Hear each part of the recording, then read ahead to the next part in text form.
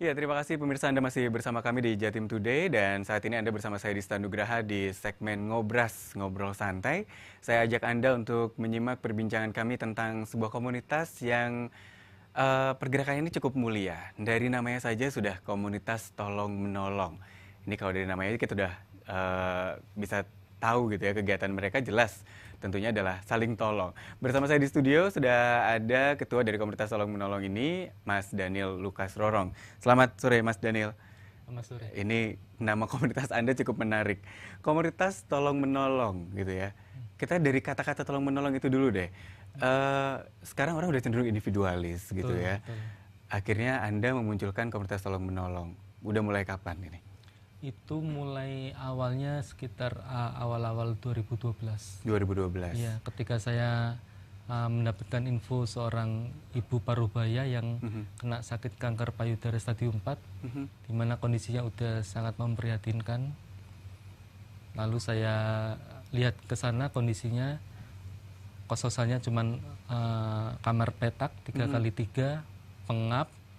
Udah gitu kondisinya suaminya tukang becak, dia hanya buruh pabrik yang sehari-hari upahnya cuma 15.000. Oke. Ketika saya ke sana, saya lihat kondisi memprihatinkan, akhirnya saya berniat untuk membantu ibu ini gimana caranya mendapatkan perawatan dan pengobatan yang layak.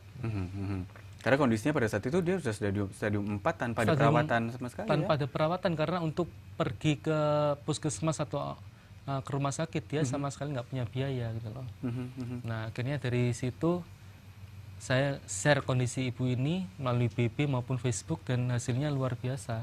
Banyak yang tergerak untuk membantu, sehingga waktu itu seingat saya dalam waktu tempo 1 minggu dana yang terkumpul sekitar 50 jutaan.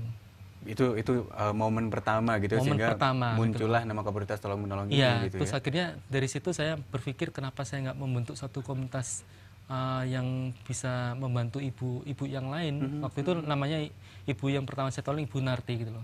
Kenapa saya nggak membentuk satu komunitas sosial yang bisa membantu ibu-ibu Narti yang lain? Gitu. Iya, iya. Terus saya berpikir namanya apa ya? Ya udah. Waktu itu saya dapat bantuan dari banyak pihak. Kenapa nggak tolong menolong aja? Karena banyak yang saat ini kita hidup individualis, tapi ternyata masih ada juga yang punya jiwa tolong menolong yang luar biasa gitu. Jadi itu. nama ini sebenarnya juga udah menggelitik di dalam hati gitu ya, Iya, untuk kita betul. memulai lagi nih tolong menolong satu sama yang Iya. lain gitu.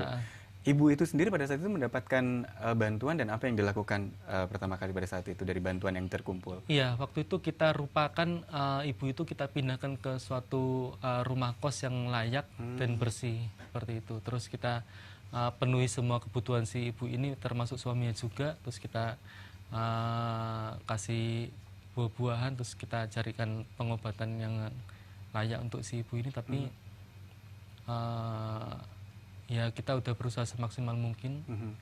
Cuman bertahan nggak sampai 2 minggu. Oke, jadi memang karena stadiumnya juga sudah cukup lanjut, Iya, karena terlambat perawatan juga gitu terlambat ya. perawatan dan sudah berlubang dan bernanah waktu itu. Setidaknya di masa-masa akhir kehidupannya sudah Betul. sempat ada perubahan suasana gitu Betul, ya. dia meninggalnya pun sangat layak lah. Seperti itu. Nah, komunitas tolong menolong ini kan beda gitu dengan komunitas yang lain yang biasanya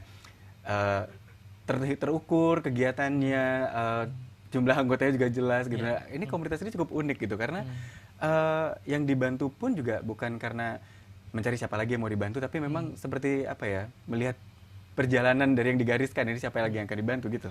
Iya, kita emang nggak mencari target atau orang-orang yang perlu kita tolong, gitu. Tapi lebih ke arah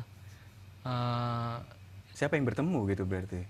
biasanya kita dapat info dari teman-teman media atau orang-orang yang kita kenal. Terus mereka ngasih info ke kita, terus kita cek ke lokasinya, dan kalau emang memenuhi syarat apa yang perlu kita tolong ya kita tolong. Seperti itu. Dari 2012 sampai saat ini sudah berapa orang yang sempat akhirnya? Sekitar ada 15 pasien miskin yang kita bantu, separuhnya meninggal. Karena emang kondisinya udah sangat memprihatinkan. Penyakit-penyakitnya juga cukup berat Udah gitu ya. stadium akhir semua itu. Rata-rata memang apa biasanya ketemu penyakit-penyakit apa sih yang di antara 15 itu?